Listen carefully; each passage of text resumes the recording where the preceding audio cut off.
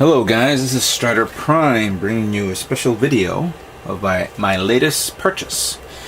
And that is this, the Canon Vixia HF R500 high definition camcorder. This is my new replacement camcorder to my Samsung Q10 camcorder that I'm using to record this video.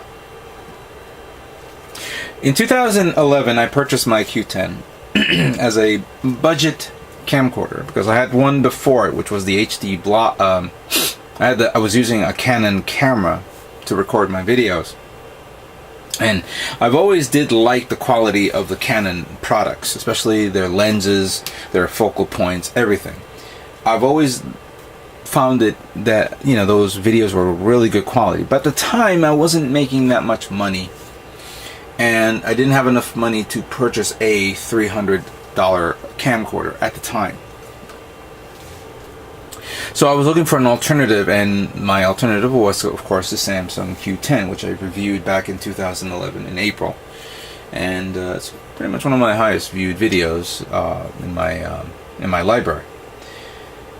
And it has helped me a lot through the years, me recording, my Gundam builds and whatever other things as well.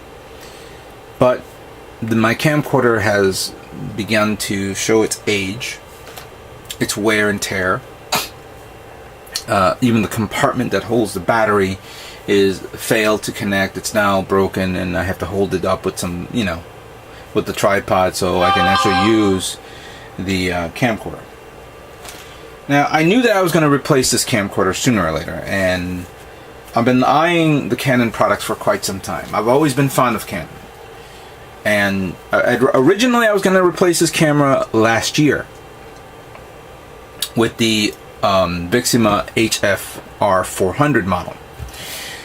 But things, kind of took a little longer than normal, and when I saw the 500 model, I said, you know what, I'll wait for this. And sure enough, the time has come for me to purchase it, and here it is. Here it is. Now, I've done my research on quality camcorders, but I've also done my research on the Canon and what would have been better if I should have purchased last year's model compared to this year's model. Well, I found out that there's no major significant difference between last year's and this year's. It's pretty much almost the same. The only difference is clearly a much more better firmware, an updated camera, the technology inside. But there were 3 different types of models out there under the R500 model. But the R400 models were like, I think the only thing that was different was basically 50 times zoom lens. This one has a 57 times zoom lens. But pretty much that was the only big difference. I just waited a little longer and I got this. Now there are 3 versions of the Vixia HF model. There's the R500, the R50, and the R52. Now, the R500 pretty much has an HD CMOS device, 57 times advanced zoom, which is 32 times optical and 1140 times digital. It can record on an SD, SDHC, and SDXC memory card. It takes the total pixelization of 3.28 megapixels, which is basically HD. And pretty much everything else is the same. It has a mic terminal, and it has an accessory shoe. No, it doesn't have an accessory shoe. Whatever. So that's pretty much basically the gist is here, but we'll cover the rest of the stuff. The R50 model is pretty much the same thing as this. The only difference is it has a built-in 8GB memory. The R52, same thing. The only difference is it has a built-in 32GB memory. But I decided to get this because I have memory cards, an abundance of it. I forgot to say that the R50 and the R52 has wireless capability. Cool, but I always pop out the memory and put it in you know, transfer it over to the computer, so I don't need to waste battery and energy just so I can transmit it, you know, over the Wi-Fi. Just transfer it over, you know, copy paste, done. Completely done. Now this little handy little guy retailed me at $250. And surprisingly, this is the only camcorder that I found that comes not only in black, but in white. And I decided to get the white version. Doesn't matter, you know, pretty good. So here you see full HD 1080p, HD CMOS, 1080, 1920 by 1080 recording, AVC HD progressive recording, MP4 at 35 megabits per second recording, and of course SDXC card capability. Also comes with includes an HDMI cable. Pretty much almost all high-end cameras come with an HDMI cable. Battery duration says 105 minutes or 165. I don't know which one is which. Yeah, this is going to be quite a little camera for me to use in my future recordings. So let's open up this camcorder and see what we have.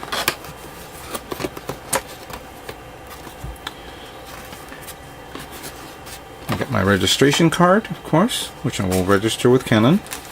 I have the the guide. Register your camcorder now. And we open this up over here. I see the AC power adapter, which of course I believe, yeah, this one you put the battery on the camcorder and it records from the camcorder. I know that there's accessories to actually put the battery inside on top of a charger, separate from the camcorder if you don't want to charge through the camcorder. Oops, the battery fell off. There's the battery right there. Here's the HDMI connector. I have too many of these. Here's a USB port, of course, I guess if you want to hook it up to a USB device. Oh, one of the features that I think this does not allow you to do, but on the R50 and the R52 is you can actually transfer data from the card on your camcorder directly to a hard drive, an external hard drive. But I don't think this one will allow you to do it.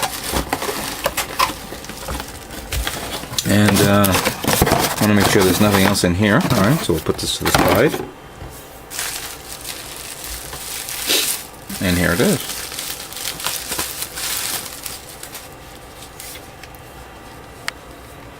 Wow.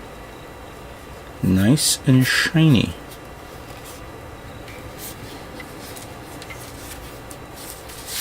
See, it has the capability of doing this.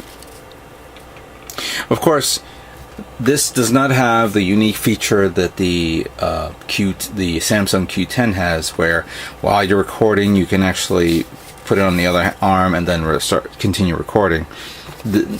I never used that feature on this camcorder, so it's a novelty, but I don't see myself using it now. I don't think I'm going to ever use it ever.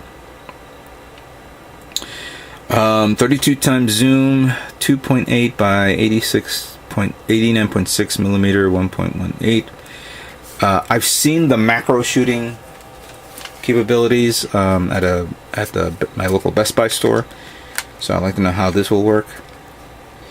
So I guess to put the battery, you want to slide this all the way up like that and lock it into place.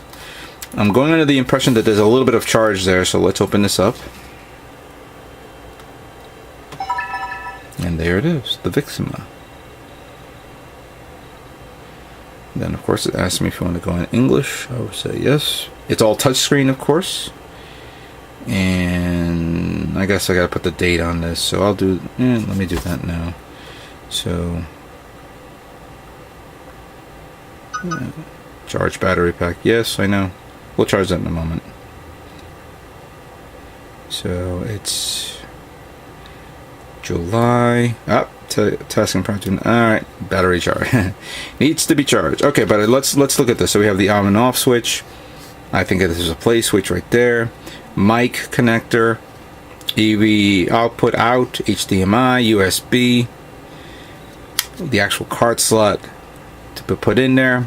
This is actually kind of cool because on the current camcorder, I have to open, I have to remove it from the monopod, pop open the battery just so I can get the memory card out. But this one, the memory card is here, so I don't have to take it out of I don't have to remove it from my monopod, so it could stay there in place. So that's a good feature right there. There's the connector for the shoe. I see the DC ports right here for me to charge the battery, turn on and off, to start it up and turn it off. The zoom option is right here.